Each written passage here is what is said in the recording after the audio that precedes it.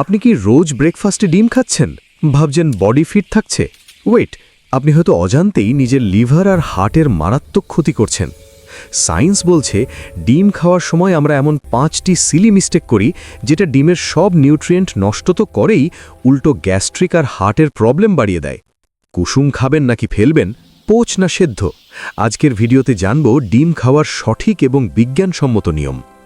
Mistake number 1, ডিমের কুসুম ফেলে দেওয়া। অনেকেই জিমে যান বা ডায়েট করেন বলে কুসুম ফেলে দেন, ভাবেন এতে ফ্যাট আছে। কিন্তু জানেন কি, ডিমের আসল জাদুটাই থাকে এই হলুদ অংশে। ডিমে থাকে কোলিন, বায়োটিন আর লুটিন, যার সবটাই থাকে কুসুমে। কুসুম খেলে দেওয়া মানে হলো দামি গাড়ি কিনে তার ইঞ্জিনটা খুলে ফেলে দেওয়া। নতুন গবেষণা বলছে সুস্থ মানুষের জন্য কুসুমসহ ডিম হার্টের ক্ষতি করে না। তবে হ্যাঁ, আপনার যদি ডায়াবেটিস বা হার্টের পুরনো সমস্যা থাকে, তবে দিনে একটার বেশি কুসুম খাওয়ার আগে অবশ্যই ডাক্তারের পরামর্শ নিয়ে নেবেন। মিস্টেক নাম্বার 2, হাই হিটে ভাজা বা পোড়া ডিম। আমরা অনেকেই মচমচে অমলেট বা কড়া পোচ খেতে পছন্দ করি, কিন্তু এটা দীর্ঘমেয়াদে আপনার শরীরের জন্য স্লো পয়জন হতে পারে। ডিমকে যখন অতিরিক্ত তাপমাত্রায় ভাজা হয়, তখন এর কোলেস্টেরল অক্সিডাইজড হয়ে যায়, আর এই অক্সিডাইজড কোলেস্টেরলই ধমনীতে ব্লকেজ তৈরি করতে পারে।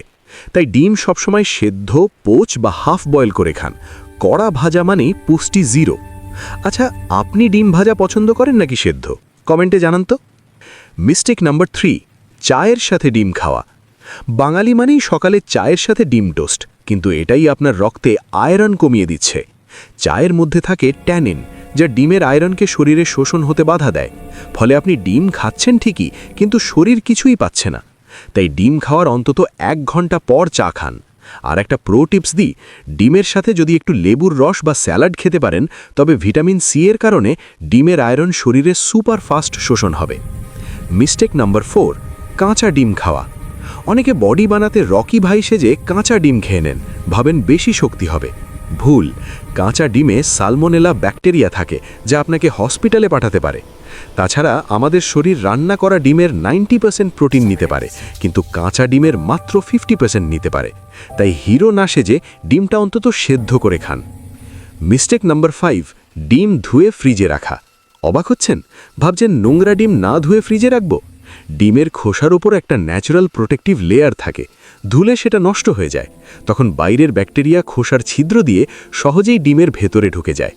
তাই বাজার থেকে আনা ডিমে যদি ময়লা থাকে, তবে জল দিয়ে না ধুয়ে একটি শুকনো কাপড় বা টিস্যু দিয়ে মুছে ফ্রিজে রাখুন। আর ধুতে চাইলে ঠিক রান্নার আগ মুহূর্তে ধুয়ে নিন। তাহলে সারমর্ম কি? সুস্থ থাকলে দিনে 1 থেকে 3টে ডিম কুসুমসহ সেদ্ধ বা হাফ বয়েল করে খান। ভিডিওটি আপনার পরিবারের সাথে শেয়ার করুন, কারণ তারাও হয়তো অজান্তেই এই ভুলগুলো করছে। সুস্থ থাকুন, সঠিক নিয়মে ডিম খান। দেখা হচ্ছে পরের ভিডিওতে।